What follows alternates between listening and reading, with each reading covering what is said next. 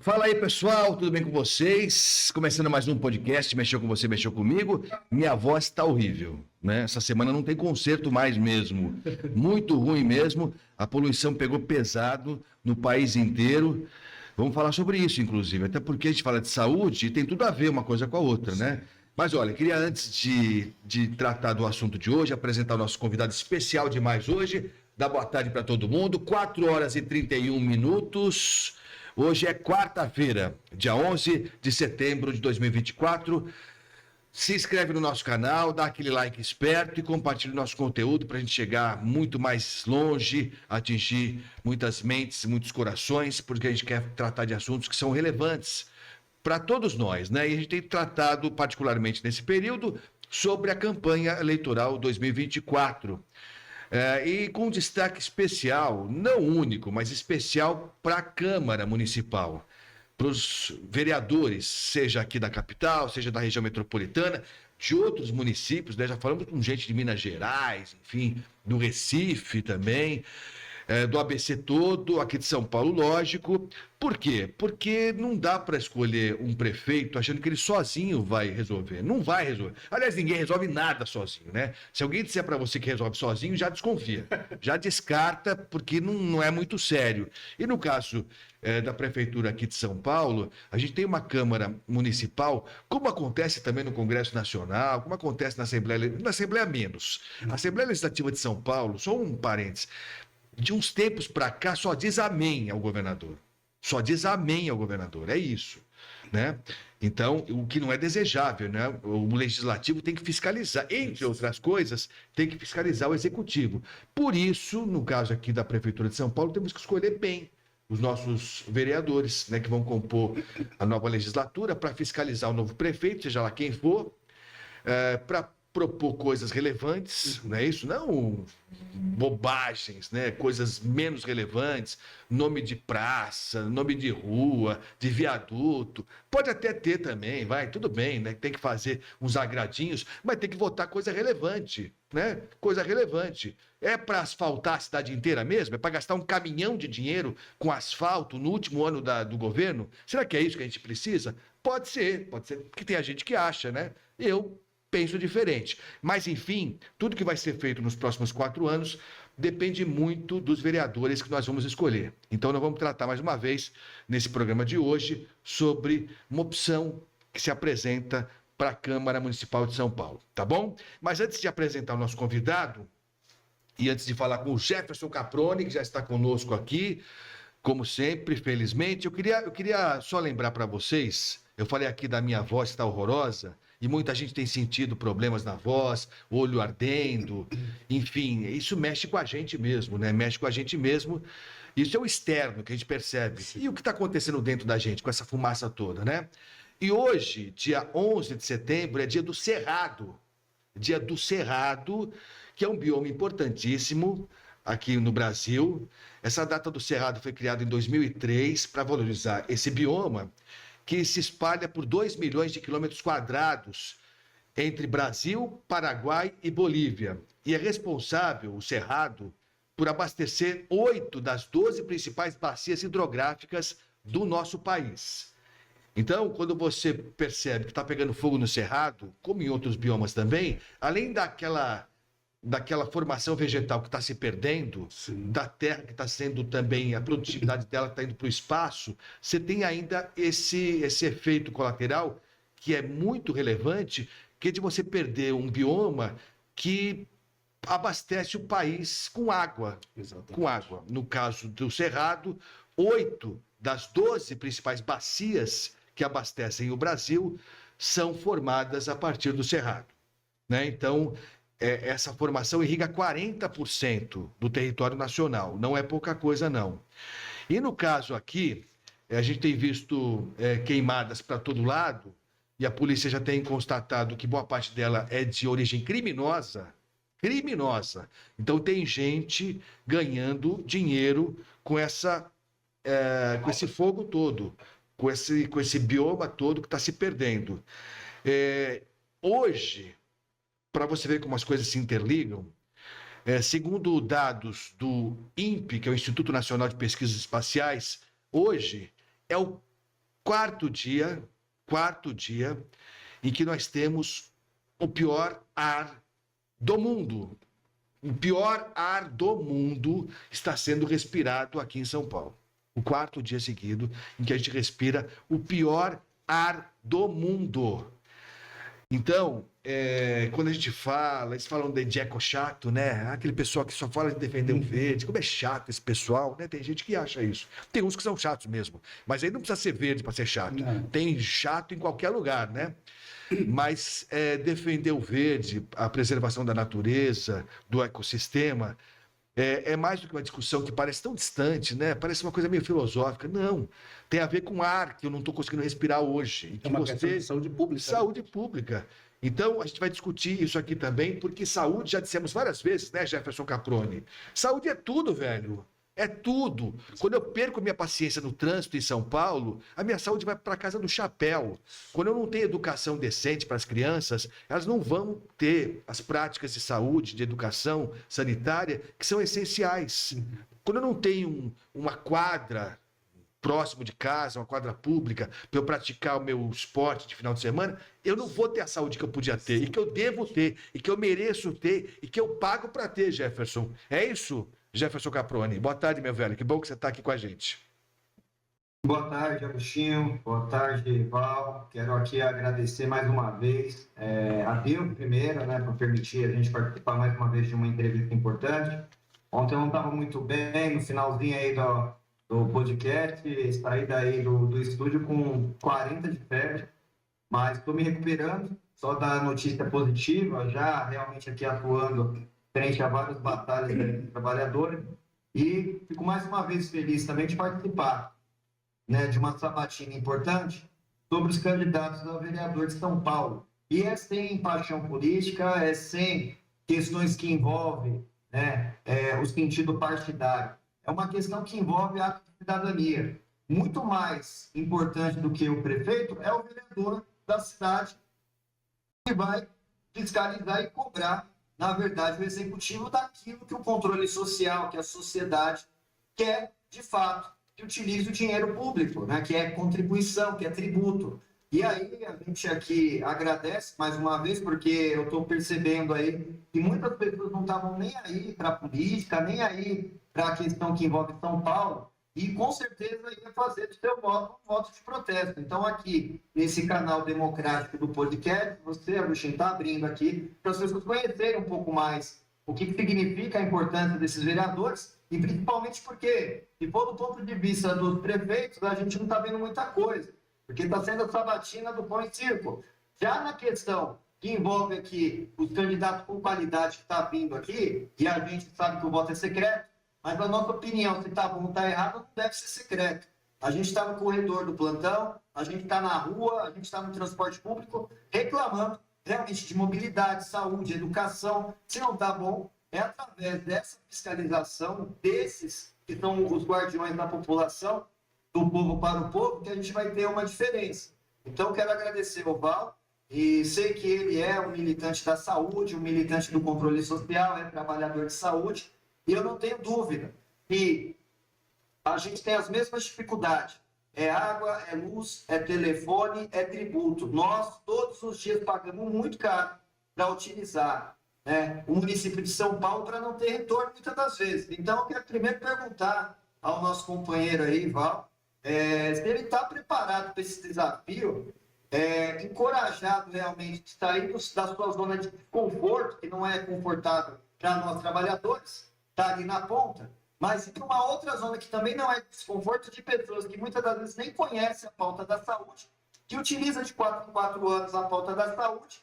Pós-pandemia, todo mundo bateu palma para a saúde, e agora a gente está vendo que o Covid-19 ainda não passou, tem várias variantes. Os trabalhadores da saúde, da atenção básica, de maneira geral, os trabalhadores dentro dos hospitais, né, estão ainda passando por um período difícil, inclusive redução da categoria, diminuição dos salários, redução também da sua jornada, na verdade, não de trabalho, mas redução da sua jornada dentro da sua casa para dobrar plantão, e está mais difícil do que a gente imaginava. E aí, Val, para finalizar, dizer, né, um pouco mais quem você é, no meio desse público nosso aqui, para que realmente os nossos internautas, os nossos amigos, seguidores, né, do Sindicato da Saúde, que são mais de 880 mil trabalhadores, possam realmente conhecer um pouco mais da pauta e, claro, um pouco mais do que significa aí o seu engajamento político, né, pela primeira vez aí, está indo numa posição para ser eleito, você nunca foi eleito na posição de vereador, e o que significa para você tudo isso? Jefferson, Augustinho, primeiro eu quero agradecer pela oportunidade de estar aqui conversando com vocês e poder falar um pouquinho sobre as nossas lutas cotidianas, tá? Eu falo um pouco de mim, Jefferson. Eu sou quilombola, sou baiano e estou aqui em São Paulo há cerca de 30 anos. E entrei na saúde pública através do Juqueri. Eu venho da atenção da saúde mental. Ali eu vi muita coisa, né? Passei pelo Juqueri, vivendo toda aquela situação que é indescritível, não precisa aqui a gente estar colocando para falar sobre a questão do Juqueri, que graças a Deus a Lei 10.216 derrubou os muros da psiquiatria. Saio de lá, vou para o Pinel, né? Continuando na psiquiatria. Não foi muito diferente da situação que eu encontrei dentro do Pinel e as coisas que eu vivi, não só com relação aos pacientes, mas também com relação aos trabalhadores e profissionais da saúde, que, para quem não sabe, sofrem muito, muito mesmo. Saio do estado e vou para a prefeitura e vou para o hospital de Pirituba, que eu me encontro até hoje, né, na parte clínica. Eu sou técnico de segurança do trabalho, trabalho diretamente com os trabalhadores e profissionais da saúde, vivenciando o cotidiano desses profissionais, né? A dificuldade, a dor, né? A falta de condições de trabalho, a falta de dignidade no trabalho. E a partir daí fui para os conselhos de saúde, Jefferson. E lá nos conselhos de saúde, você já sabe o trajeto que a gente fez, né, e vem fazendo, né, hoje não por conta da candidatura, mas não só na região em que eu moro, mas em toda a cidade de São Paulo, porque eu circulo a cidade de São Paulo, conversando com as pessoas, com os conselhos de saúde, com os conselheiros de saúde, sobre a situação da saúde pública na cidade de São Paulo. E isso me fez não só vivenciar, mas perceber, descobrir os problemas que a gente enfrenta, os motivos pelos quais os problemas a gente enfrenta no dia a dia. E eu estou preparado, sim. Eu estou preparado, eu estou indignado com as coisas que vêm acontecendo com os trabalhadores da saúde. E eu estava falando com o Augustinho há pouco, Jefferson, e o que vem acontecendo com trabalhadores e profissionais da saúde, diz tudo sobre o acesso da população à saúde pública. O desmonte da saúde, o desrespeito que fazem com relação à saúde, eles começam internamente, né, desqualificando, né, as ações para que esses trabalhadores e profissionais da saúde possam atender a população.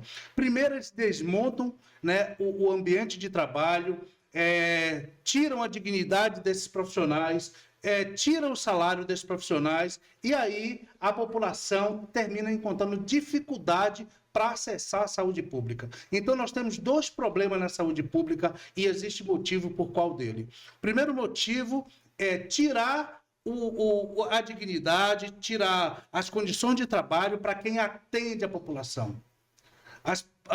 Esses profissionais que deveriam estar em condições e quantidade suficiente para atender a população dentro das unidades de saúde, eles não têm. E com isso, a população que necessita desse acesso, que necessitam desse atendimento, não só da questão do exame, da questão das cirurgias, eles não têm isso porque, infelizmente, esses trabalhadores não têm condições de atendê-lo. Então, na verdade, é um projeto de destruição da saúde pública e mais para frente a gente vai dizer porque esse projeto está em pleno vigor e nós vamos para cima para combater, para fazer um enfrentamento e destruir esse processo nefasto.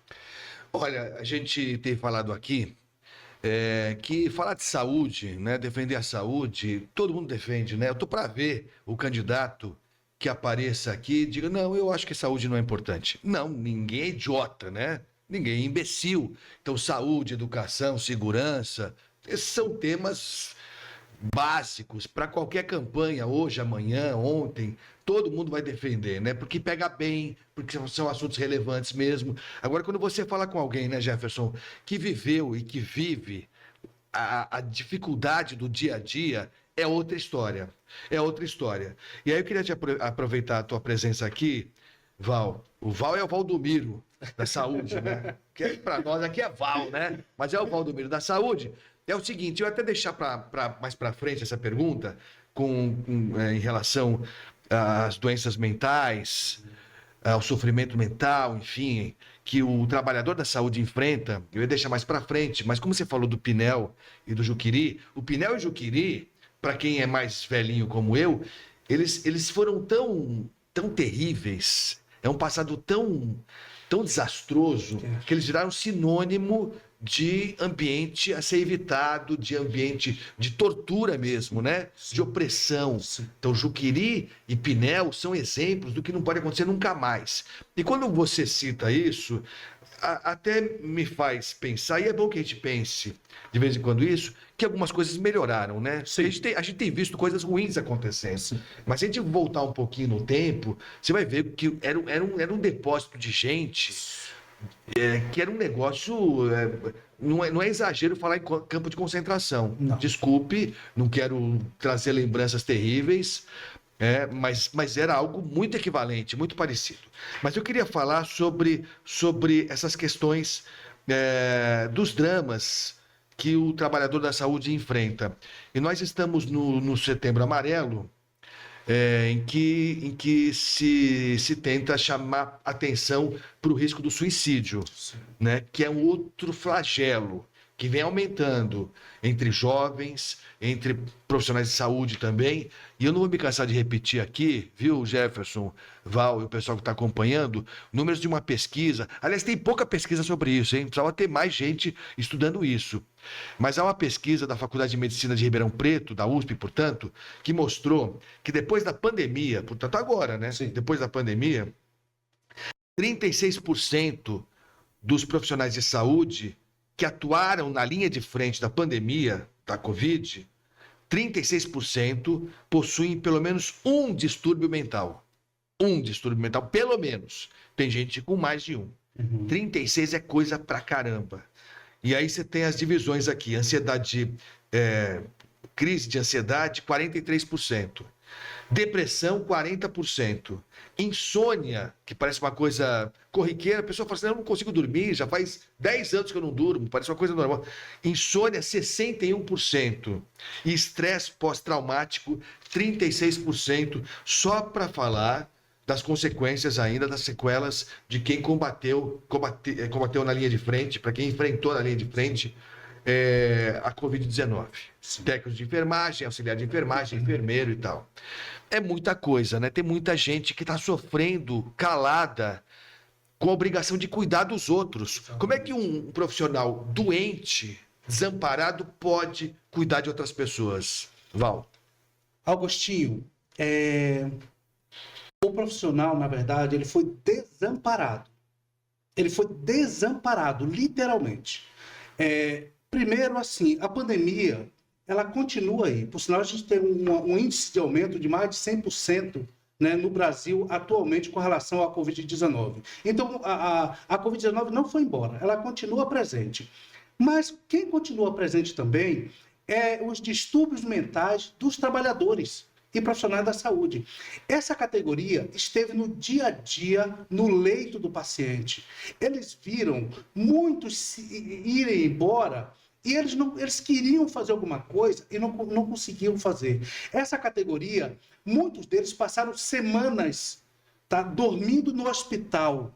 Semanas ali, porque não queria ir para casa para não colocar a família em risco, mas também não queria sair dali porque queria estar cuidando dos seus pacientes. É uma categoria que queria a vida das pessoas, e foram classificados como heróis. Nossos heróis. Cara, eu fico indignado porque a gente não precisa passar por isso. E nós não precisávamos passar por aquilo. A categoria de profissionais da saúde foram enganados. literalmente enganados. E eu vou falar, eu não vou citar nome, eu vou chamar de governos. Os governos, seja lá por quem é comandado, eles simplesmente fizeram uma faixa, sabe? Uma capa para enganar a sociedade, dizendo que estava junto com aquela categoria e, no fundo, não estava com ninguém. Aqueles profissionais da saúde que estavam sofrendo no período da pandemia, eles continuam sofrendo hoje.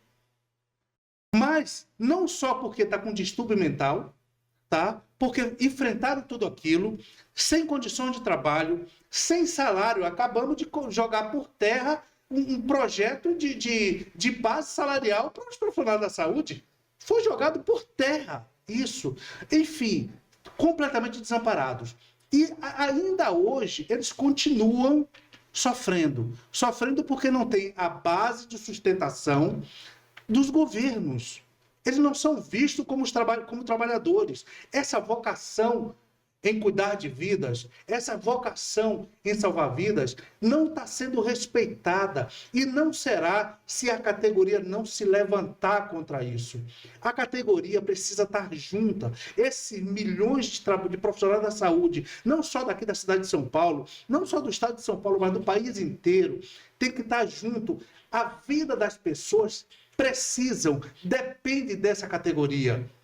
E eles não estão nem aí, não estão nem para a categoria de profissionais da saúde, nem tampouco para a população que necessita dessas unidades de saúde, que necessita desses profissionais da saúde. Então, é difícil, sabe, a gente encarar uma situação como essa, vendo esses trabalhadores, esses profissionais precisando de ajuda, com distúrbio mental, precisando de acolhimento sem receber. E sem poder colocar em prática o atendimento, o acolhimento, né? O salvar vidas, né? Que é a vocação de cada um deles. Não é fácil, Agostinho. Não é. E o Jefferson fala sempre sobre isso, né? A gente fala dos governos, né? É bom não citar mesmo, né? Coisa ruim é bom não citar, que atrai. Atrai. Minha mãe sempre disse, não fala o nome do coisa ruim, que atrai. Então, não é bom citar, mas... desses governantes que passaram aí, não dá para esperar coisa melhor mesmo. Agora, o que me choca, e o Jefferson, acho que também tem esse sentimento, né, Jefferson? É que a população, eu esperava outra reação. Da população, eu esperava outra reação. Porque foi o que você falou, eram os heróis, né? O pessoal ficava na sacada aplaudindo e tal, tocando música, violino, coisa linda, emocionante mesmo. Só que a população... Há exceções. Mas eu achei, viu, Jefferson, que a população como um todo ia se mobilizar. Por exemplo, na questão do piso salarial da enfermagem. Não é só a categoria tem que se mobilizar, mas a população tem que cobrar. E tem que empunhar essa bandeira. E acho que a população esqueceu dos seus heróis, viu, Jefferson? Lamentavelmente.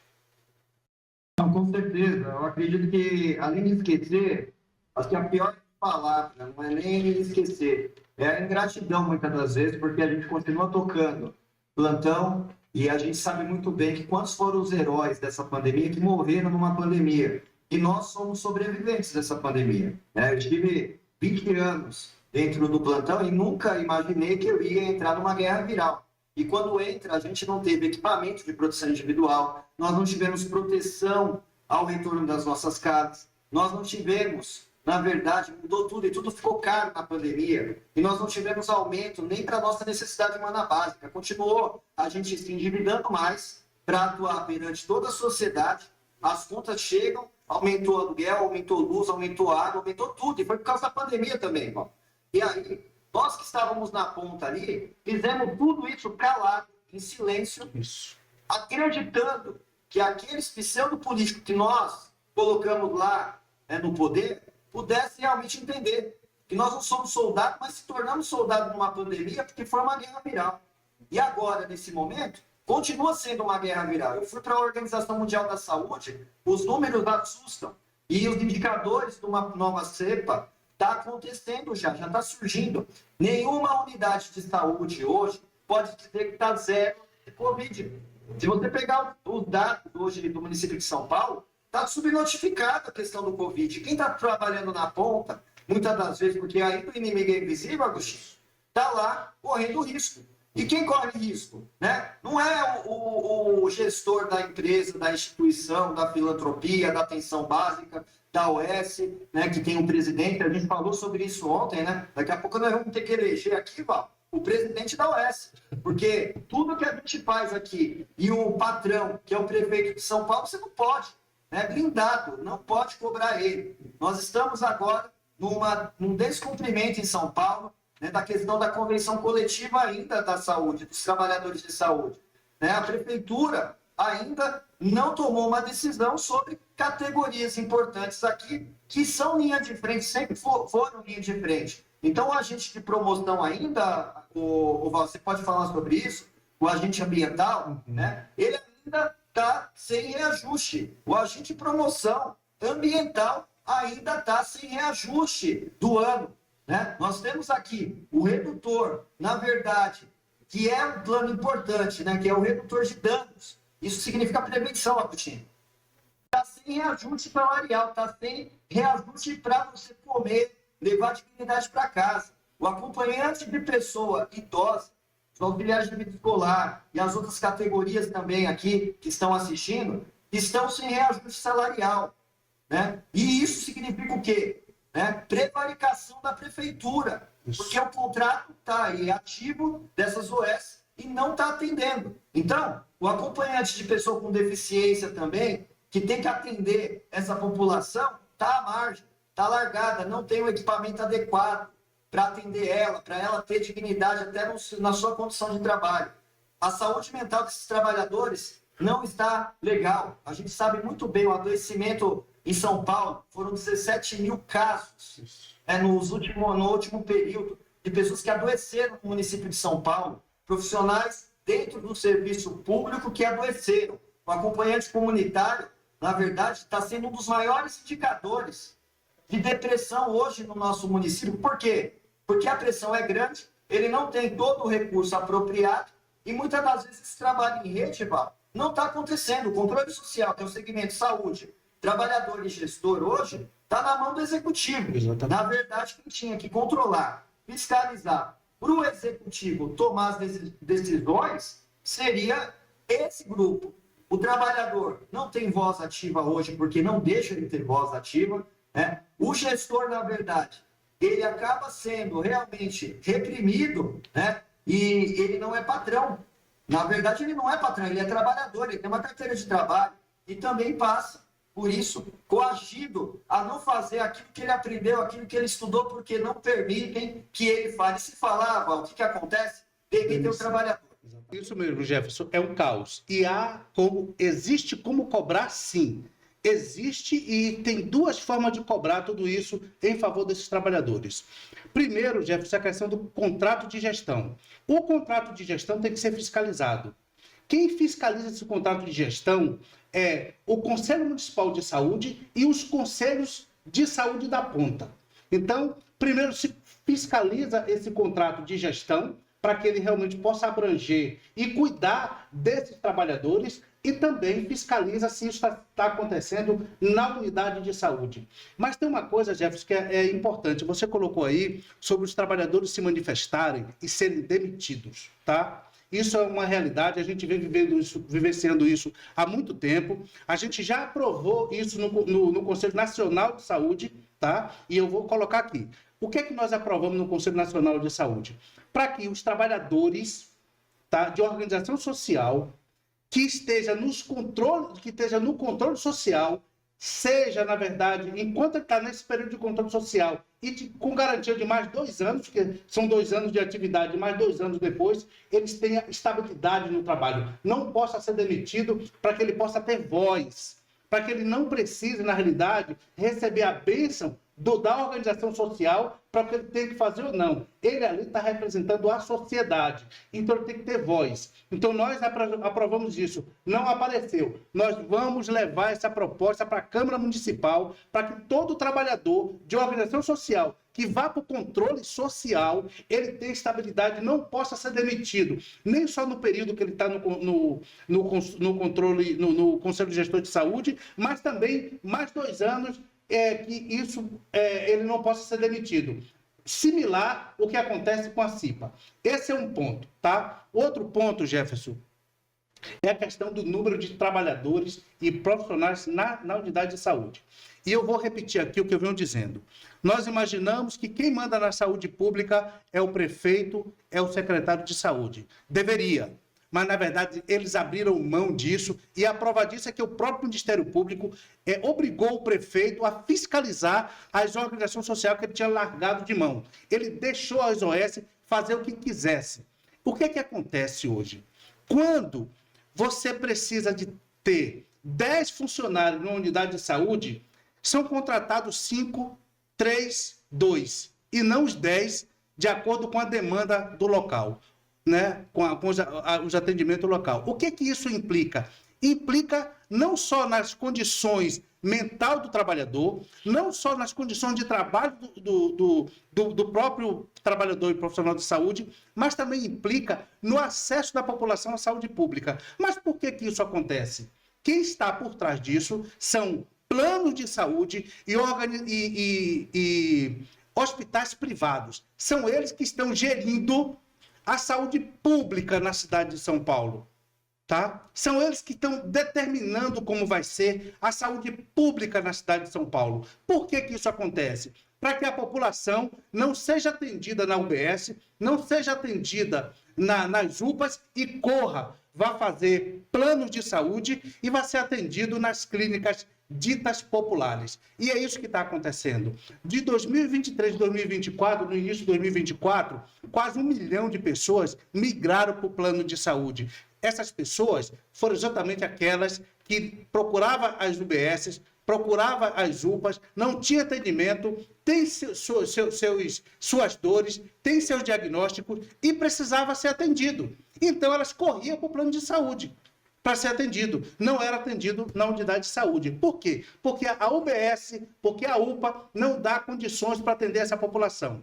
Tá? É isso que vem acontecendo há muito tempo e com a conivência da prefeitura, com a conivência da Secretaria de Saúde. Agora é o seguinte, eu quero ver se tem prefeito aí ou prefeita, né, com coragem para mexer nisso. Eu quero ver se tem, né? Tomara que tenha. Tomara que tenha. O atual prefeito que está se candidatando à reeleição e tem direito a isso, pelo jeito não vai mexer nisso. Não sei, ele não tem falado nisso. E pelos 4 anos que estão se encerrando agora, imagina-se que ele vai manter essa mesma toada, né? Essa caixa preta que virou isso. Eu até entendo, viu, Jefferson, Val, o pessoal que está acompanhando a gente, que hoje, pela forma como a coisa ganhou essa dimensão toda, não dê mais para qualquer prefeito ou prefeita de São Paulo abrir mão das parcerias. Eu lamento profundamente, porque eu respeito quem discorde, quem pensa diferente, mas eu acho que alguns setores são essenciais e tem que ficar na mão do poder público. Uhum. Saúde é um deles, segurança é outro, educação é outro. Educação está indo por esse mesmo caminho. Sim. Vão privatizar tudo, se deixar, vão privatizar. Essas escolas cívico-militares aí já estão aparecendo. Em outros estados, já tem governador privatizando as escolas. Então é isso, a gente tem que fazer uma opção na vida. Se a maioria achar que é isso mesmo, lamento e boa sorte para nós. Agora, eu quero ver se algum prefeito que está se oferecendo aí para voto vai ter peito para mexer nessa caixa preta. A gente vai colocar daqui a pouquinho as perguntas que o Jefferson fez para alguns candidatos, tratando disso, né, Jefferson? Quando é que a gente vai saber como é que são esses contratos das OS? Porque é uma mina de ganhar dinheiro isso aí. É uma máquina de fazer dinheiro isso aí, né? Então, tem que ter uma empresa, se tem que ter uma empresa, porque a administração pública não dá conta, então tá bom, vai. Mas escolhe uma decente. Tem alguém na Prefeitura de São Paulo que tem um dedo podre E fiscaliza. que só escolhe empresa zoada.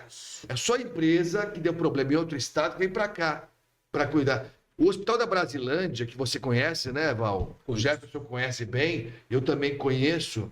É um exemplo, é um escândalo tão grande, até pelo tamanho dele, ele é um escândalo grande mesmo. de uma estrutura que foi montada, cara, uma estrutura bonita, né? Dá orgulho. Você olha de fora e fala, meu Deus do céu, aqui se faz saúde de excelência. Quando você entra... Só que não, né? Não. E assim, não há como fazer funcionar o Hospital da Brasilândia, Jefferson.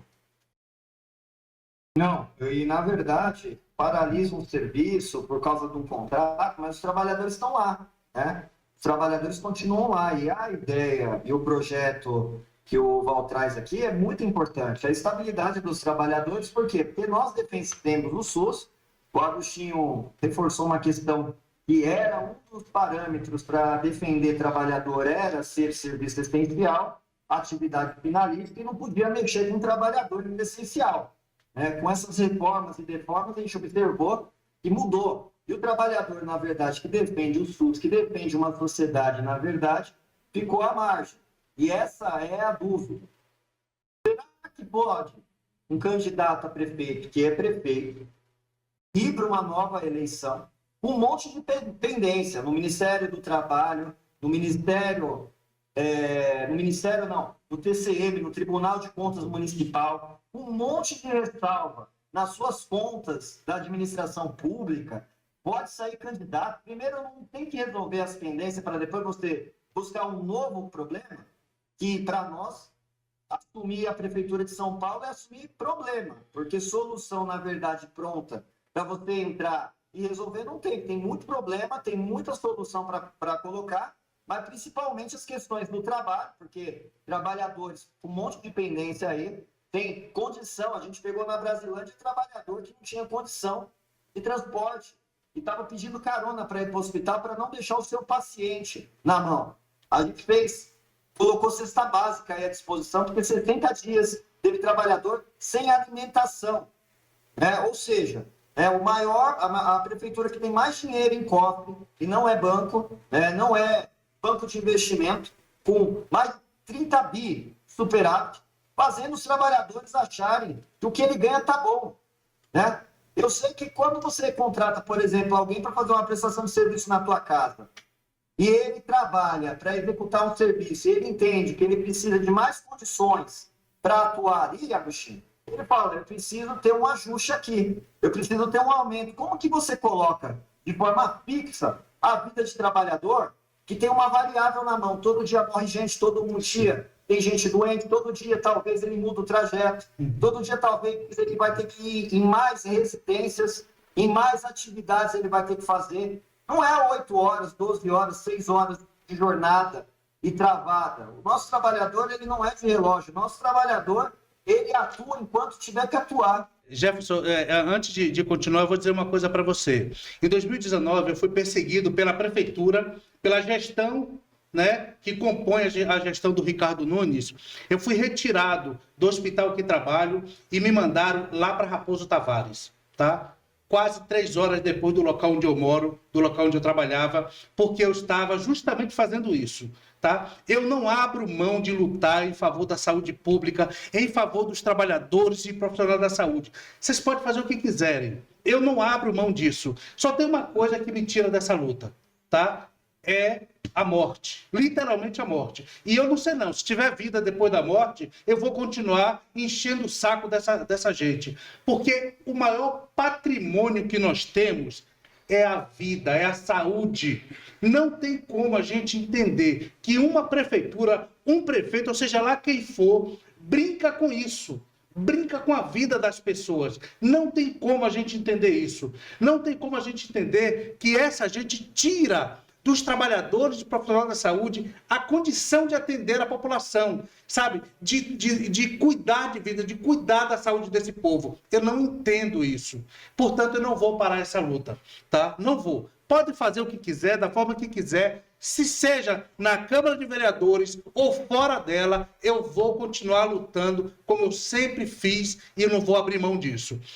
Mas só, Jefferson, que você estava colocando, com relação a tudo isso, existe a fiscalização, que hoje a prefeitura não fiscaliza as organizações sociais e os conselhos de saúde são impedidos de fiscalizar. E nós vamos, como vereador, nós vamos dar autonomia, nós vamos levar propostas, né, de mudança da lei para ter autonomia a cada conselheiro, a cada conselheira no conselho gestor das suas unidades a dizer não àquilo que não serve para a unidade, dizer não àquilo que não serve para a sociedade. E realmente, o que for decidido no Conselho de Saúde seja implementado em favor da saúde pública, em favor dessa população. Nós vamos lutar por isso, nós vamos levar essa proposta e a gente não abre mão disso. E com relação ao que você traz, Jefferson, é importante dizer que se os trabalhadores e profissionais da saúde não se unirem, não se reunirem em prol da categoria, nós nunca teremos dignidade no trabalho, direito no trabalho e o atendimento da população, o acesso da população à saúde pública. Para isso, é estar junto e dizer não ao que vem sendo colocado pela Prefeitura da cidade de São Paulo contra os trabalhadores, contra a população da cidade em termos de saúde pública. Estamos ao vivo, são 5h19, hoje é quarta-feira, dia 11 de setembro de 2024.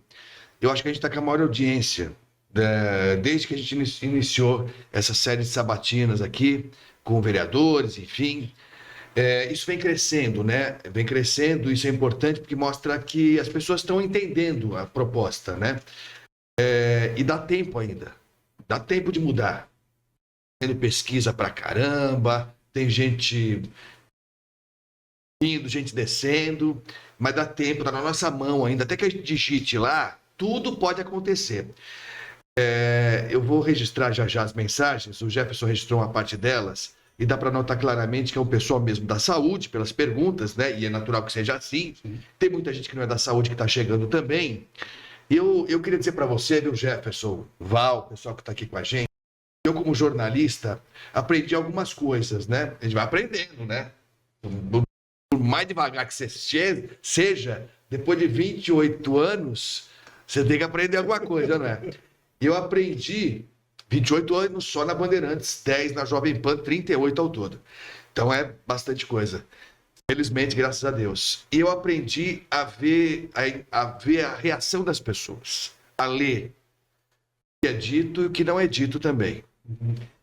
E eu tenho visto aqui, até me arrepia, eu tenho visto aqui muita gente da saúde, são pessoas da saúde mesmo, têm histórias diferentes, vivem em regiões diferentes, enfim, mas que tem uma verdade. Você pode conhecer a pessoa em 15 minutos, em 5 minutos, você percebe que o que ela fala com a alma. Com a alma. Você pode concordar ou não concordar, tá? Então, tudo bem. A pessoa está falando a verdade absoluta que ela traz dentro dela, isso não há dúvida nenhuma. Eu queria entender o que é essa lágrima aí que tá rolando. Bom.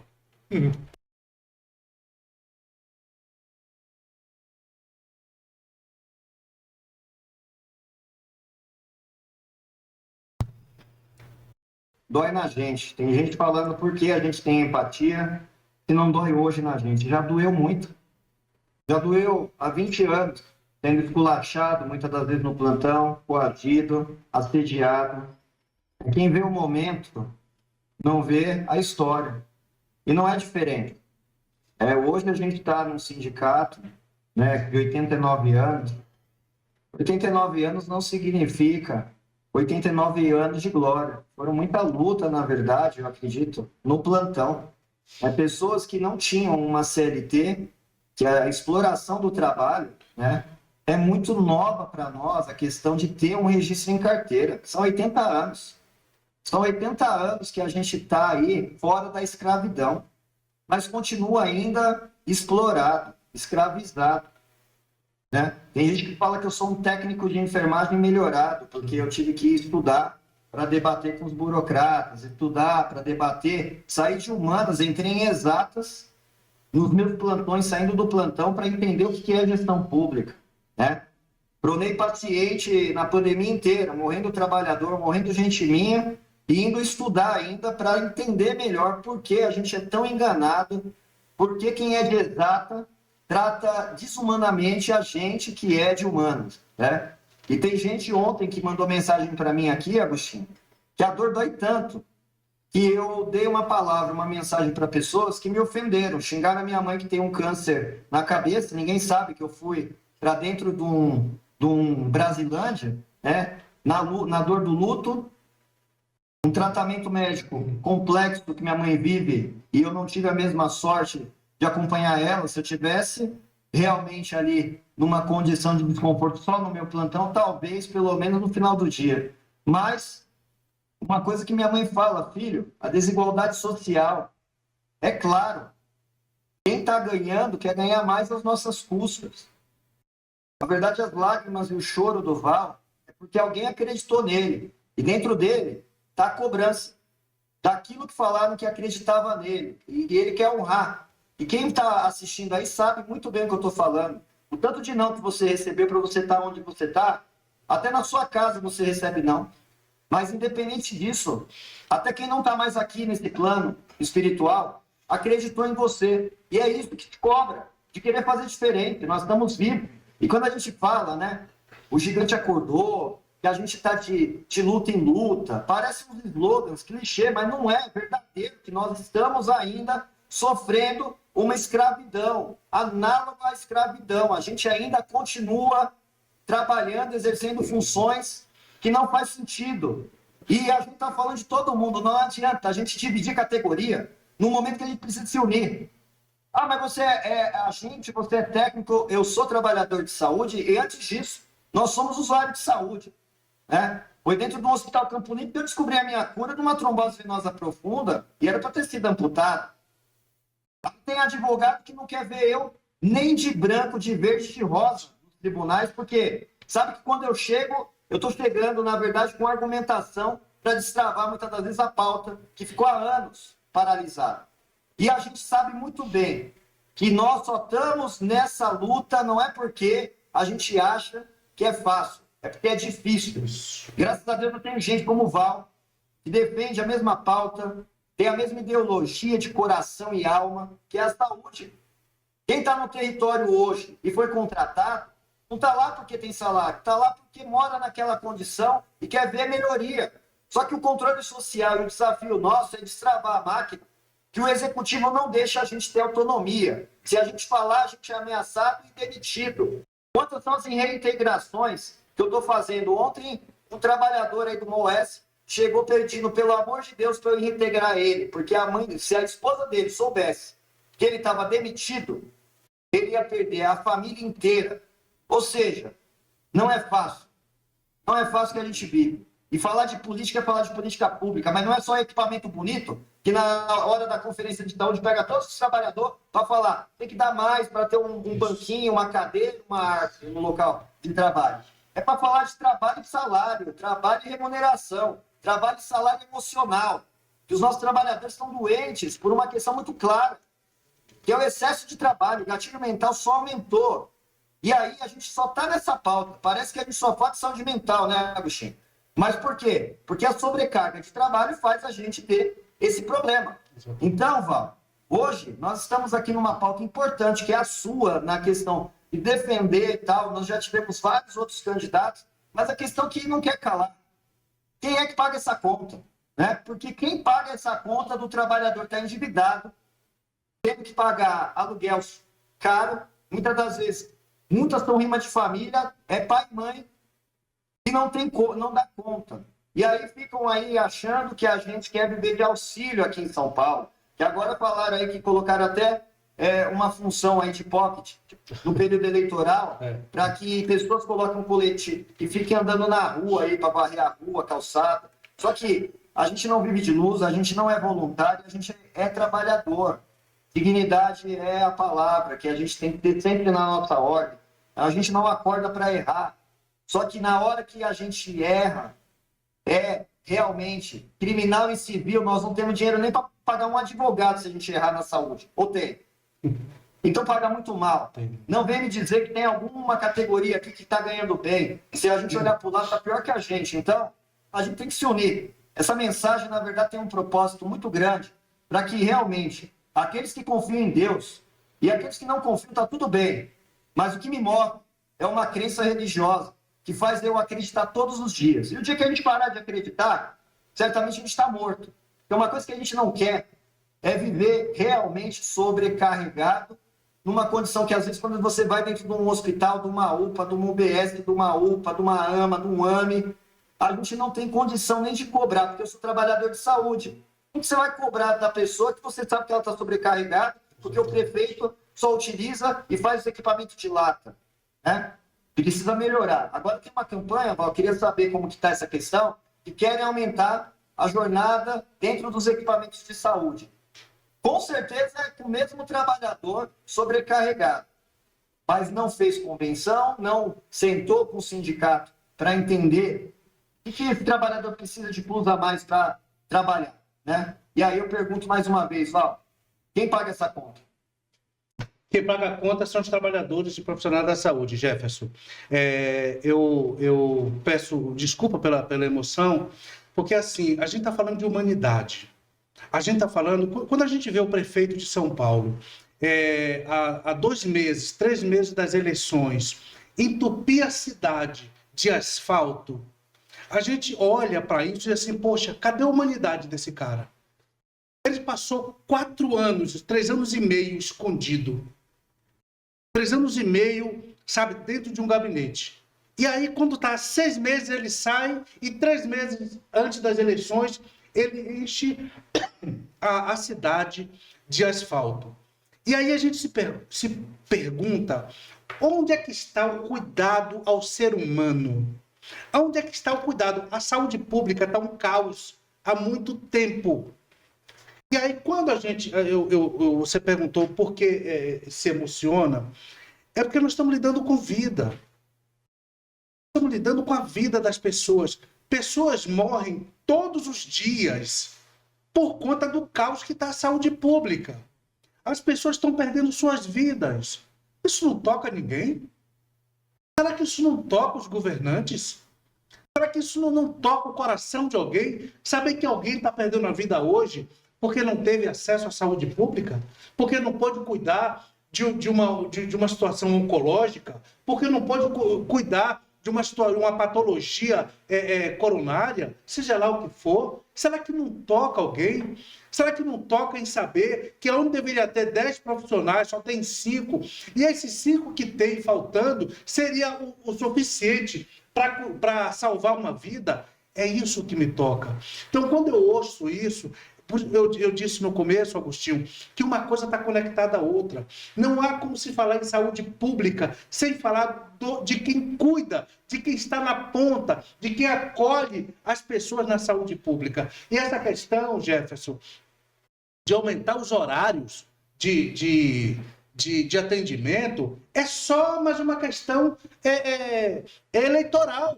É só uma resposta, é só uma enganação, porque isso não vai mudar a situação que dá a saúde pública. É por isso que não vieram conversar com o sindicato, porque sabe que o sindicato vai falar a realidade, sabe? Vai dizer, pô, isso aí é enganação. Não vieram falar por isso, porque é uma pauta enganosa. Sabe-se que, para melhorar a situação da saúde pública, é simples. Dê dignidade aos profissionais da saúde, dê condições de trabalho e coloque o número suficiente de profissionais de acordo com a demanda. Só isso é suficiente para atender toda a população.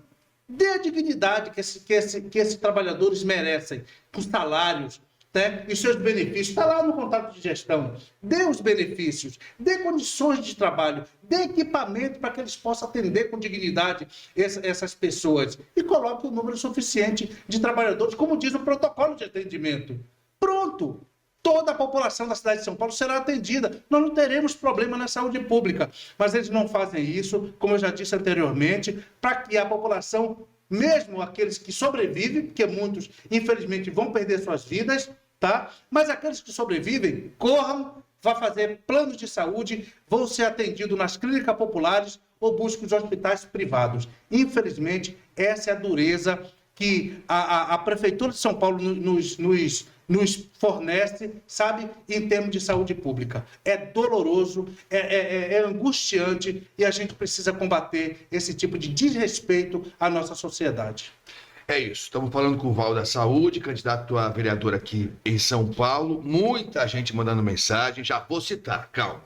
Já vou citar todo mundo aqui, o Jefferson já falou um monte de gente aqui também. Estamos ao vivo, 5h33. A gente estava falando da dificuldade que é você ter uma consulta e tal. Sempre houve problemas, né? Uma cidade como São Paulo tem problemas mesmo. Não é fácil administrar. Ninguém está dizendo que é fácil. É que priorizar, né? Se você quer colocar asfalto na área toda da capital paulista, talvez não tenha dinheiro para você melhorar o atendimento no posto de saúde, né? Não vai ter para tudo. Então, você escolhe o que você quer, né?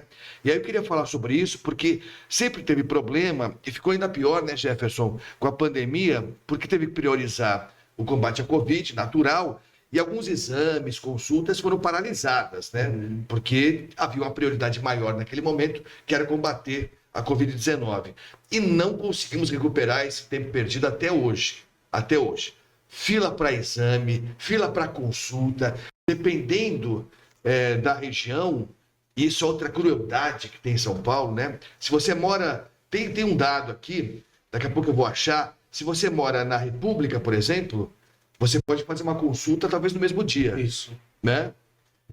A nossa cidade, né, que fez esse levantamento, mas se você mora no extremo leste, por exemplo, aí sabe Deus, né? Aí pode ser 1 mês, 2 meses a consulta. Tem isso. É ruim, mas é ruim para os mesmos sempre. É ruim, é pior para os periféricos sempre. Né? Essa é a sacanagem da Prefeitura de São Paulo. Presta um serviço ruim, mas muito pior para quem precisa mais. Essa é a sacanagem dessa atual administração. E aí eu queria saber de você, porque me parece que vocês têm uma ideia de fazer uma espécie de poupa-tempo da saúde, né? Que eu queria entender, parece que é para centralizar o atendimento em postos definidos, para a pessoa poder marcar a consulta, fazer o exame no mesmo local. É mais ou menos isso? É isso mesmo, Agostinho.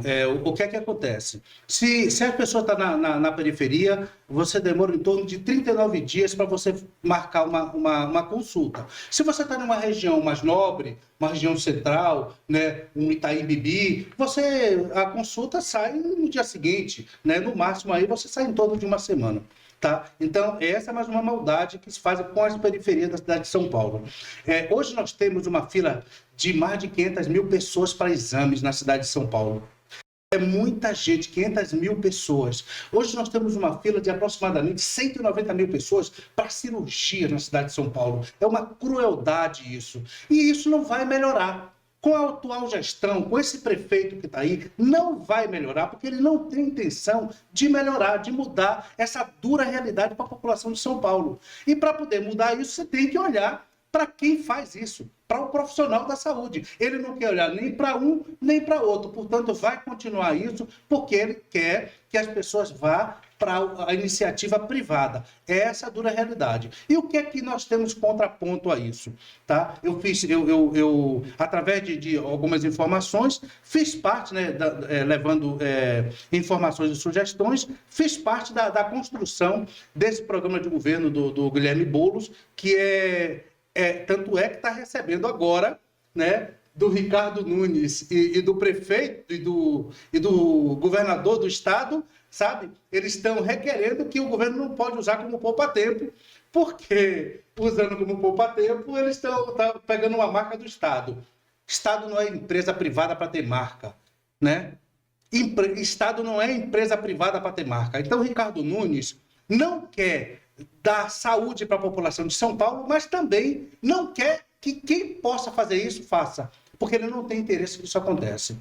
Qual é a finalidade?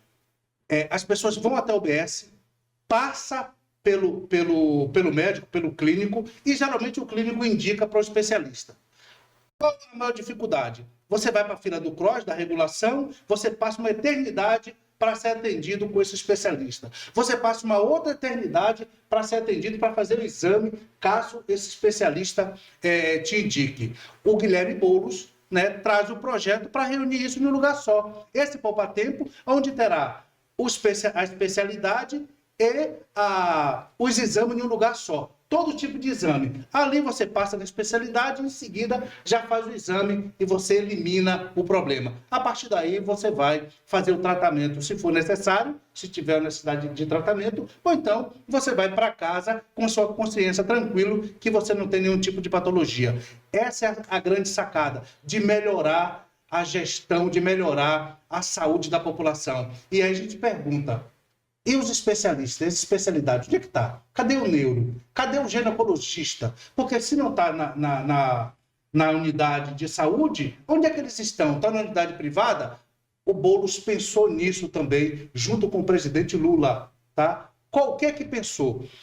Nós precisamos desses profissionais dentro do poupa-tempo da saúde para atender a população. Então, já está para o ano que vem, para ser realizado o Mais Médicos Especialidades. O Mais Médicos Especialidades é trazer esses especialistas para dentro desses núcleos, né? Desse poupa-tempo da saúde, para que possa melhorar, atender, acolher a população que precisa desse atendimento de saúde com esses profissionais em quantidade suficiente nesses locais. Senhor Jefferson, eu vou rir, né? Eu vou rir para não perder minha pequena paciência, que já está bem escassa. Quer dizer, eles são tão medíocres, desculpe falar, são medíocres, na minha avaliação são medíocres, que se preocupam com o nome. Eles estão preocupados com o diabo do nome. Devia ser orgulho. Ô Jefferson, me ajuda aqui, pelo amor de Deus. Um gestor que honre esse nome, um administrador, um homem público que faça jus a esse nome, devia ficar orgulhoso de usarem a marca dele, né? Olha, deu tão certo o poupa-tempo que outro político de outra agremiação, de outra cor política, está usando o meu nome. Olha que legal. Esse é o que a gente espera. O cidadão não quer saber de quem é a marca, meu Deus do céu. Quer saber que funcione. Mas será que é difícil entender isso, Jefferson? Eles são só limitados ou são mal intencionados? Explica para mim, hein? Acredito que, na verdade, as pessoas estão achando que fazer política hoje é ser uma empresa privada, né? Fazer política hoje é você poder utilizar o instrumento público para negociar as nossas custas e acha que você perdeu a eleição. Se você não está mais na gestão ou se você deixou um legado, tem que dar continuidade nele. O ruim é destravar uma coisa dessa. Agora, a questão de ter um poupa-tempo de saúde é uma palavra, né, do dicionário, né? Quer processar, vai processar o dicionário. É a palavra poupar, a palavra tempo, né? E a palavra saúde não tem dono, né? Se tiver dono, a gente tem que saber quem é o dono, né? Eu entendo que há muitas críticas também sobre o poupa-tempo normal, tem muita crítica, né? E a questão de utilizar essa questão é porque a palavra diz que a saúde precisa ter realmente prioridade. Então, independente dos partidos que nasceu uma ideia de um poupa-tempo, é importante sim a gente esclarecer que isso não tem uma ligação de política, né? Nem de direita nem de esquerda. Eu acredito que o objetivo aqui é facilitar o acesso à saúde, o acesso a serviços de saúde. Então, acredito que temos que focar realmente no que importa. É melhorar o quê? É fazer o quê com o atendimento? Qual é a qualidade do serviço que a gente quer oferecer para essa população? Se alguém tiver alguma dúvida sobre o que é uma política de saúde, tem que, no mínimo, estudar a saúde para entender o que nós estamos falando sobre uma fila do SUS. Que quem entra no CROSS, é fácil entrar, difícil é sair do CROSS hoje, do CIF. É fácil entrar para fazer uma cirurgia, difícil é sair com a cirurgia feita hoje. Tem mulheres com endometriose no nosso município que estão 2 anos na fila, uma cirurgia eletiva tranquila, simples, e tem mulheres que estão perdendo HB, hemoglobina, estão tendo depressão, estão tendo problemas hormonais, e muitas aí estão tendo problema até conjugal por causa disso. Ou seja, é o maior número da fila do SUS, é por quê? Por conta de questões de saúde, que são baixa complexidade, pode até ser inicialmente, se torna alta complexidade. Agora, antes de ficar preocupado com a questão do nome que vai dar, tem que estar preocupado como que vai resolver, qual vai ser o resultado disso, quem é que vai atender. No final, você dá um nome, né, igual aí o poupa-tempo que teve, mas no final, o que nós queremos é o resultado. Né? Queremos ver realmente os trabalhadores bem assistidos, podendo atuar e não fazer uma campanha aí para depois deixar o trabalhador da saúde na mão e a população na mão, né, Paulo? Exatamente, Jefferson. O que importa, na verdade, é que o atendimento seja feito, é que a população seja atendida e esses trabalhadores sejam acolhidos, tenham condição de trabalho e trabalhem com dignidade e o respeito que merecem. É isso que importa. Mas, infelizmente, a atual governança da Prefeitura Municipal de São Paulo não está pensando nisso. Quer apenas impor as suas ideias, que são ideias retrógradas, em termos de saúde pública, em termos de cuidado desses trabalhadores, em termos de acesso da população à saúde pública. Jefferson. Olha, é o seguinte, minha voz está indo para o espaço, mas é bom sinal. Enquanto tiver um restinho de voz, Jefferson, me segura que eu vou falar. 5h44, vamos ouvir o que o Jefferson Caproni cobrou dos candidatos. E é o seguinte, ó, tá aberto aqui, hein? Quem quiser vir, candidato, Ricardo Nunes, pode vir, não tem nenhum problema. Seja bem recebido, aliás. O Guilherme Boulos será bem recebido, o Pablo Marçal, o Zé Luiz da Atena, a Tabata Amaral. Todo o pessoal aqui será muito bem recebido. Vai ter espaço aqui para falar, para responder, para se justificar, para ouvir pergunta, para ouvir elogio, para ouvir crítica. É assim que funciona, tá? Então a gente vai liberar aqui. Porque o que aconteceu, para quem não viu o programa ontem, o Jefferson participou de uma sabatina que conversou com alguns dos candidatos. Alguns não foram, o da Atena não foi, não participou, então não pôde ser ouvido claramente. O Ricardo Nunes, prefeito, foi na sabatina, mas não convidou o sindicato aqui. Sei lá, deve ter lá os seus motivos, né? Acho que ele não queria ouvir o que o Jefferson tinha para dizer, né? Acho que é mais fácil assim, né? Você tira da frente e... É que assim, não permite poupar tempo. E é assim que resolve as coisas, sabia? Para essa gente é assim. Então, quem foi o Boulos, a Tabata e o Pablo Marçal. Vamos ouvir, então, o que o Jefferson perguntou sobre as OSs para o Pablo Marçal e a resposta do candidato. Vamos lá.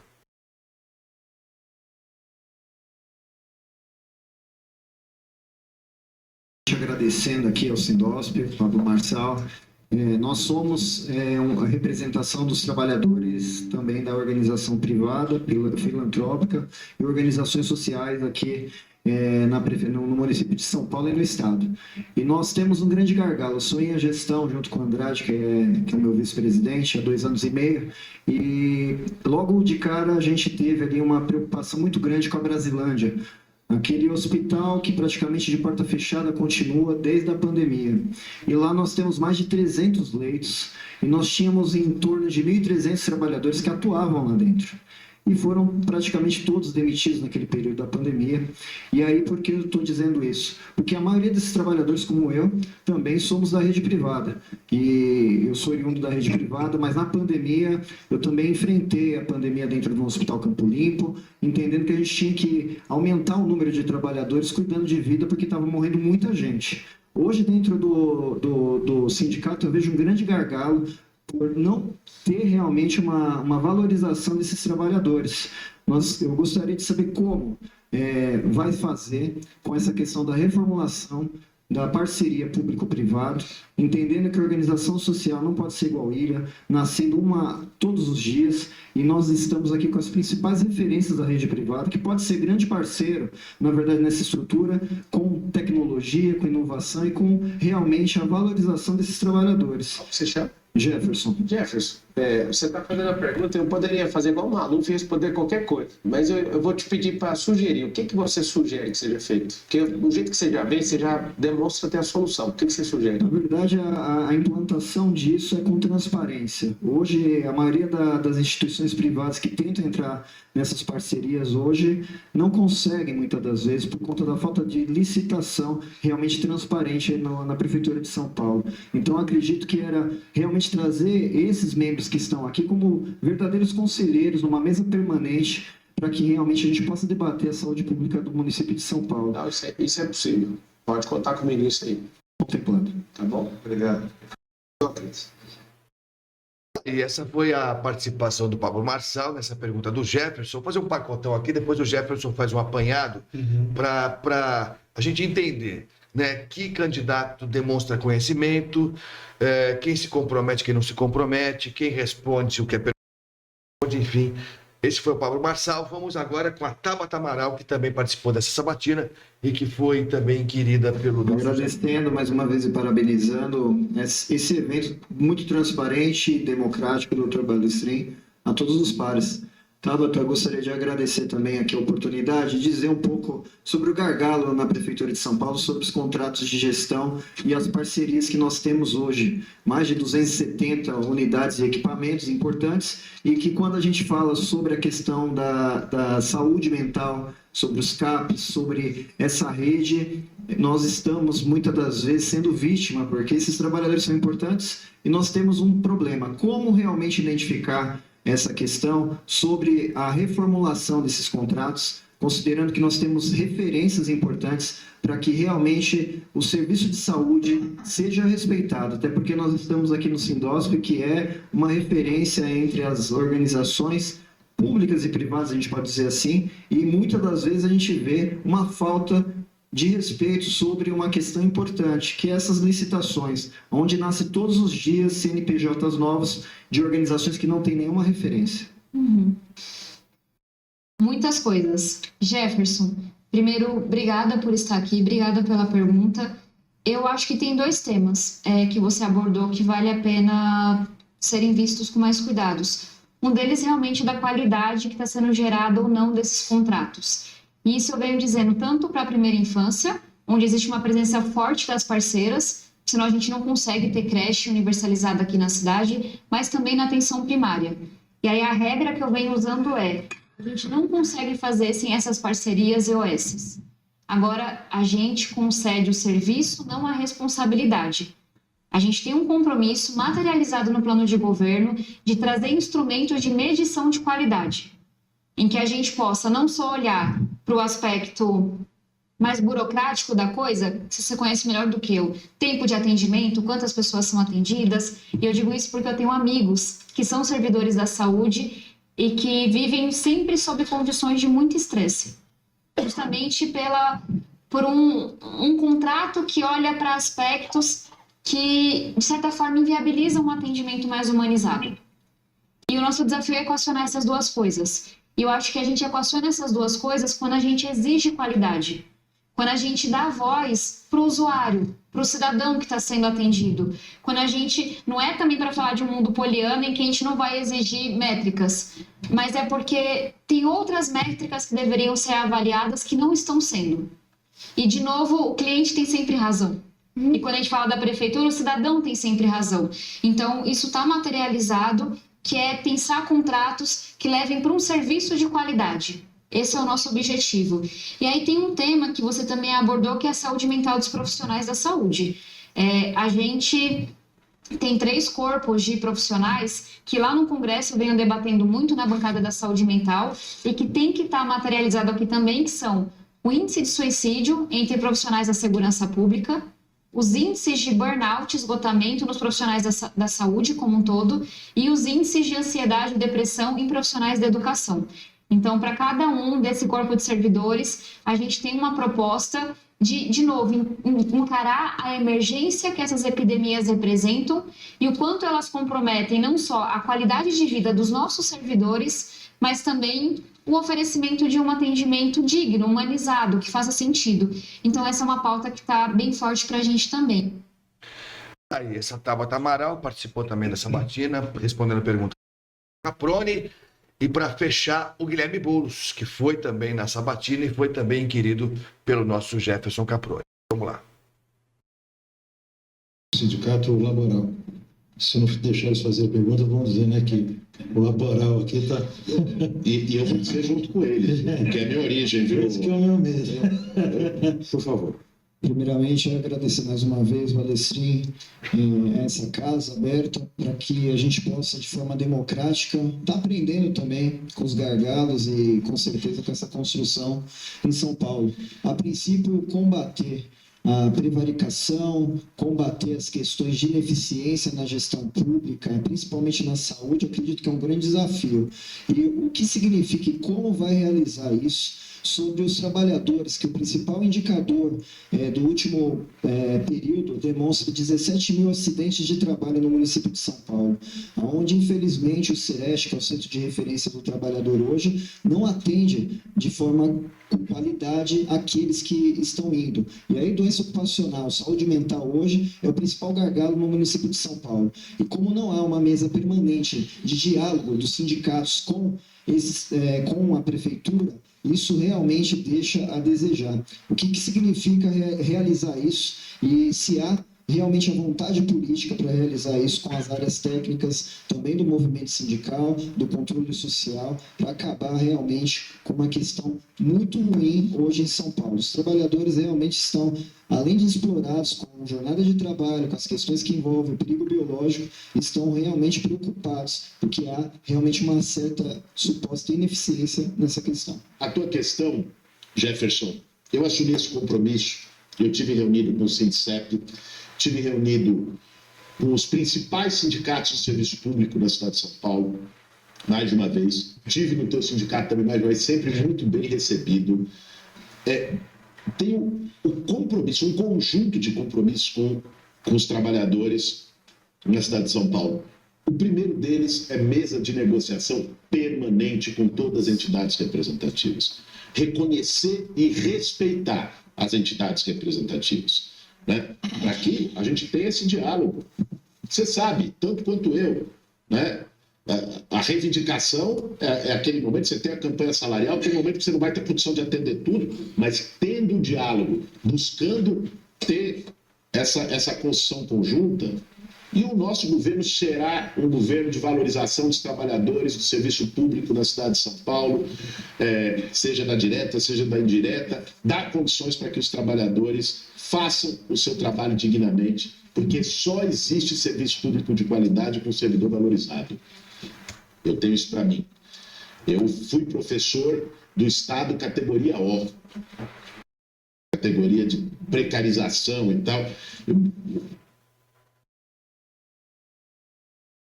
Aí, então a sabatina que foi feita, repito aqui, o prefeito Ricardo Nunes não participou, mas não convidou o sindicato, então não foi possível participar aqui conosco. Ele não quis, né? Imagino qual foi o motivo, mas ok. E o Datena não participou. Então nós ouvimos aqui os que participaram e que ouviram as perguntas do Jefferson, a Tabata, o Boulos e o Marçal. E aí, Jefferson? Bom, eu agora faço a pergunta aí para o nosso amigo, que também está aí para defender o legislativo. E o que eu observo é que nós, enquanto saúde, precisamos realmente aceitar desafios, porque todas as perguntas que a gente faz é bem delicado, muitos terceirizam, né, a informação, terceirizam a solução, e eu não estou aqui julgando, porque quem julga é juiz, mas eu estou aqui para entender que está faltando gente nossa mesmo para defender, né, a questão da saúde pública, principalmente porque não é brincadeira, né, a vida do próximo. E quando a gente fez algumas perguntas referente a uma simples palavra, que é a gestão pública, a eficiência, que é a questão da saúde mental, que é como vai tratar e lidar com aqueles que querem, enquanto trabalhador, dialogar com a prefeitura, né? Porque quando a gente faz mesa de diálogo, como sabe bem, quem vai não é o presidente do sindicato, né? Vai toda a minha base junto comigo, né? Então, eu monto uma comissão de trabalhadores e vou com esses trabalhadores, né, até a Secretaria de Saúde, a gente pega ali por categoria e defende a base, né? Que eu sou o mediador. Mas hoje a gente não tem essa abertura na porta da Secretaria, da Prefeitura de São Paulo, e nenhum dos sindicatos tem, porque realmente há talvez um pouco ou nada de transparência, né? Então, de cara, eu quero ouvir, estou ansioso para ouvir o Val sobre essas 3 entrevistas. Na verdade, eu sei que a gente tem que ser suprapartidário, mas principalmente o contexto, né? O sentimento, o que você acredita significa tudo isso aí, né? Jefferson, eu vou começar falando sobre transparência, tá? Nós, há algum tempo atrás, e você é testemunha disso, a gente descobriu uma categoria. Nós descobrimos uma categoria de trabalhadoras que são as auxiliares de vida escolar. Era uma categoria que estava escondida, literalmente, eu chamo que estava debaixo do tapete. E estavam fazendo com essas trabalhadoras o que queriam, da forma que queriam. Tá? E aí chamaram para uma audiência pública, ficamos sabendo dessa audiência pública, e quando a gente foi observar, era uma categoria da saúde. Tá? E foi chamado por uma audiência pública, por uma audiência da educação. E a gente queria entender o que é que essas AVEs, primeiro, onde é que estavam, faz o quê? Aí a gente foi ver a lei de inclusão, é pago por um contrato de gestão, é pago por uma organização social que é da saúde dentro das escolas. A gente foi levantar o que está a capivara. Vamos levantar a capivara e descobrimos que era uma categoria que é um contrato de gestão caro, mas é uma categoria que era tratada de forma totalmente desrespeitosa. Rapidamente, o que é que a gente fez? Tá? E aí, depois eu quero falar sobre os 89 anos desse sindicato, que eu já tive aqui outras vezes, né, antes da gestão do Jefferson Caproni, e não tive o atendimento que eu tenho hoje dentro desse sindicato, quando eu trago as categorias de saúde aqui para dentro. O atendimento é completamente diferente. Rapidamente falei com o Jefferson Caproni e sem mencionar um não, ou um talvez, ou um não sei, ele vamos lá ver o que está acontecendo. Chegamos lá, descobrimos que era uma categoria pertencente a esse sindicato, que estava completamente, desconectada dos seus direitos. E aí, enfim, a partir daí, aconteceu um diálogo e essas meninas, essas trabalhadoras vieram à luz. Essas meninas hoje são à luz. A gente descobriu que é uma categoria que não tem... a remuneração dessas meninas não é adequada, a função dela não é regulamentada, enfim. E tudo isso já está sendo encaminhado rapidamente, de um tempo para cá, Jefferson, conversando lá no Senado, né? Enfim, a gente já estamos caminhando em cima disso. Ou seja, nós trouxemos essas AVEs para a realidade. Trouxemos elas justamente para a transparência. Porque sem transparência com trabalhadores, a gente não consegue caminhar. A gente não consegue oferecer absolutamente nada. Sem transparência é o que vem acontecer hoje na Prefeitura de São Paulo, né? E o que eu vejo, Jefferson, da sua pergunta, é basicamente o que vem acontecendo com essas auxiliares de vida escolar. Auxiliar de vida escolar. Você fez praticamente a mesma pergunta para todos esses candidatos, tá? E o que eu percebi é que houve uma certa enrolação, né? Eu esqueci até o nome daquele... O Rolando Lero. Eu vi o Rolando Lero rolar em 2 desses candidatos. Mas vi uma resposta assertiva e direta em um determinado candidato. Não vou citar nenhum deles aqui, tá bom? Para não desqualificar, mas depois eu falo do meu candidato. Eu vi uma resposta assertiva de um candidato que é assim: mesa de negociação permanente. Ponto. Não tem o que enrolar com essa conversa. É mesa de negociação permanente. Se nós queremos respostas, né, para aquilo que a gente não sabe, chame quem tem a resposta. Quem tem a resposta são os movimentos que estão ligados diretamente à categoria. É o sindicato, né? São os conselhos de classe. Eles que estão ligados direto à categoria. Então, chama o sindicato da saúde, os sindicatos, olha, nossa realidade é essa e nós vamos encaminhar desse ramo. Vocês concordam? Vocês têm sugestão? Vamos fazer isso junto?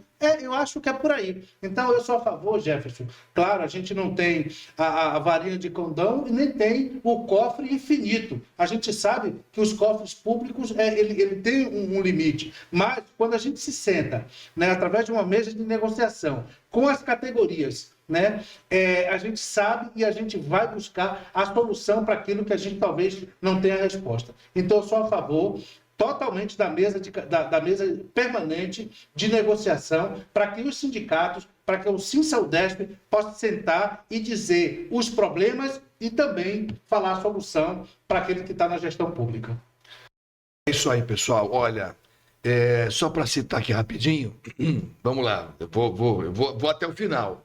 Olha só, a Suzy Ferreira, obrigado pela mensagem, a Luciana Ferreira também, o Serginho Bezuglas, esse não falha, né? Está sempre com a gente aqui. O Milton Gomes, ô Milton, obrigado pela mensagem também. A Fernanda Santos também mandou mensagem para a gente. A Iaíla Rebeca Maciel da Silva também mandou mensagem pra gente. O Caio Doug também mandou mensagem pra gente. Peraí que tem mais aqui. Ó, hoje arrebentamos aqui todos os recordes, hein, Diego e Jefferson? Hoje foi bom demais.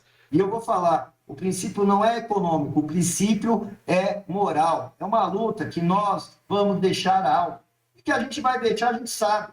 A pandemia passou, mas vai passar 200 anos, tem gente que vai estar falando disso. Se a gente puder realmente defender esse trabalhador, porque é uma vergonha, o prefeito de São Paulo está aí para uma candidatura, Val, e não entregar para os trabalhadores aquilo que é deles de direito. Eles já entregaram saúde e não receberam. Porque não tem compromisso com os trabalhadores, Jefferson. Não tem compromisso nenhum. Não querem, na verdade, que o trabalho se desenvolva, não quer fazer atendimento na saúde, não quer que a saúde seja, de fato, uma política pública ativa para a população. É por isso que eles pagam diferente. Quando eles fazem isso, divide os trabalhadores, sabe? E para eles, dividir é bom, sabe? Deixar o trabalhador pensar de um lado, de um outro, deixar o trabalhador do outro lado pensar de uma outra forma, é bom para eles, porque eles trabalham com o caos, eles trabalham com dividir os trabalhadores, eles trabalham com os trabalhadores reclamando, eles trabalham com os trabalhadores sem poder fazer o trabalho, a sua vocação, o seu trabalho de atendimento. Então é por isso que eles pagam de forma diferente, não tem compromisso com a saúde pública, não tem compromisso com o direito dos trabalhadores, com os profissionais da saúde, esconde debaixo do tapete, não regulamenta as profissões, como é a questão das ABS, né? O que nós temos das ACS é algo que está na lei, né? Existe um sindicato, sim, que garante esses valores, mas hoje a categoria de ACS não cumpre, não faz atividade de princípio de base que fazia lá atrás, inclusive as próprias categorias de ACS reclamam disso. Então, o que o governo faz é dividir, sabe? Tirar os trabalhadores da sua linha de trabalho, de atividade, para fazer com que eles estejam insatisfeitos, e eles insatisfeitos, eles vivendo um caos, vai também transformar esse caos na sociedade como um todo. Isso é um projeto. É isso, é aquela ideia antiga do dominador de dividir para governar. Isso. Dividir para governar. Você cria a divisão, às vezes até fictícia, Isso. Para ficar mais fácil você dominar. Esse é o objetivo do opressor, né? Exatamente. É assim que funciona.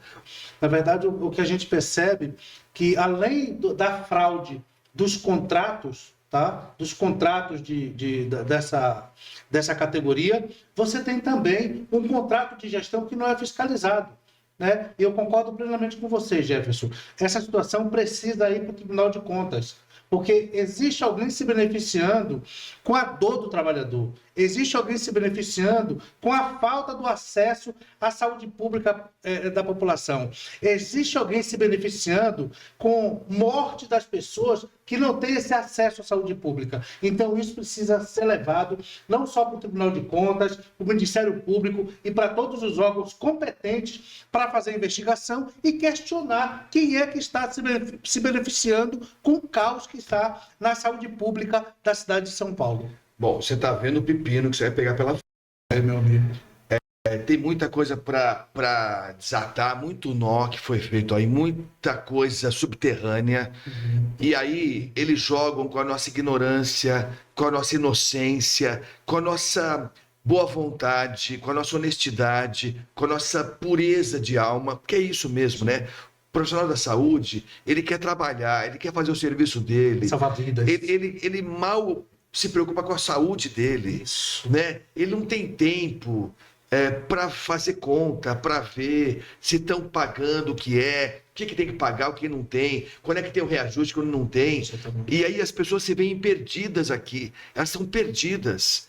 Então, ou a gente vai tomar a nossa vida na nossa mão, as rédeas da nossa vida na nossa mão, ou então eles vão continuar dando de braçada. Eles querem isso. A ignorância nossa, e eu falo nossa, porque eu sou jornalista, estou aprendendo aqui. Eu ouço isso, eu tenho dificuldade em entender algumas coisas. Aí eu vou procurar para saber. A gente tem que procurar ir atrás. Porque se depender dessa gente, eles não vão avisar para a gente nunca nada. Eles não vão dizer para a gente que o salário é maior, que a database é essa, que você tem direito à cesta básica, você tem direito a vale-refeição. Não vão falar, eles não vão falar. É por isso que a gente sempre valoriza a importância dos sindicatos, dos conselhos regionais, né? Das associações, dos grupos de pessoas, né? Dos fóruns de discussão. Eles ficam apavorados, os pelos deles ficam em pé quando eles percebem que começa a surgir a discussão, a dúvida, o medo até, dá medo mesmo, né? Dá medo. Quando você descobre a verdade, dá medo. Mas é assim que começa a virada. A gente tem que virar o jogo de alguma forma, né? Então, reunir, discutir no sindicato, nos fóruns, nos congressos, na eleição, discutir com o seu vizinho, divulgar isso aqui para as pessoas, né? Duvidar até, vamos duvidar. Você quer verdade isso mesmo? Vamos atrás. Tá? Não dá para esperar que caia do céu. Quero contar uma história. Em 2021, ainda estava no auge da pandemia, né? 2020, logo no início de 2021, eu conheci uma senhora aposentada, morava só ela e o marido, tá? Numa casa de aluguel. E ela tinha sido profissional da saúde, ela era auxiliar de enfermagem. E ela se aposentou como auxiliar de enfermagem. Eu vou contar essa história para falar exatamente sobre o que o Jefferson acabou de colocar. Nesse período, foi um período difícil para todo mundo e ela não estava mais conseguindo pagar o aluguel dela, porque o marido não trabalhava, o esposo dela, e tudo que eles faziam era exatamente com o salário de aposentadoria dela, tá? Nessa época. E algo me chocou, mas muito forte, quando ela disse que ela estava indo morar na rua. Ela era aposentada e estava indo morar na rua, porque ela não tinha mais condições de pagar o aluguel, estava há muito tempo atrasada com o aluguel, e claro que a gente se movimentou para tentar evitar tudo aquilo, tá bom? Isso não está distante de ninguém, Agostinho. Isso não está distante de ninguém. Agora, há pouco tempo, o prefeito está achacando os aposentados, servidores públicos, em 14%, que eu espero que o próximo prefeito, Guilherme Boulos, acabe com isso. O Supremo já fez maioria em acabar, mas eu quero que o prefeito, próximo prefeito, acabe com isso, porque isso não está distante de ninguém. E aí veio o que Jefferson colocou muito bem. Era uma profissional da saúde e, depois de anos de dedicação em salvar vidas, ela estava indo viver em situação de rua. Está distante de nós? Não. O grande problema é que nós não nos unimos, não nos reunimos para que a gente possa evitar essas coisas.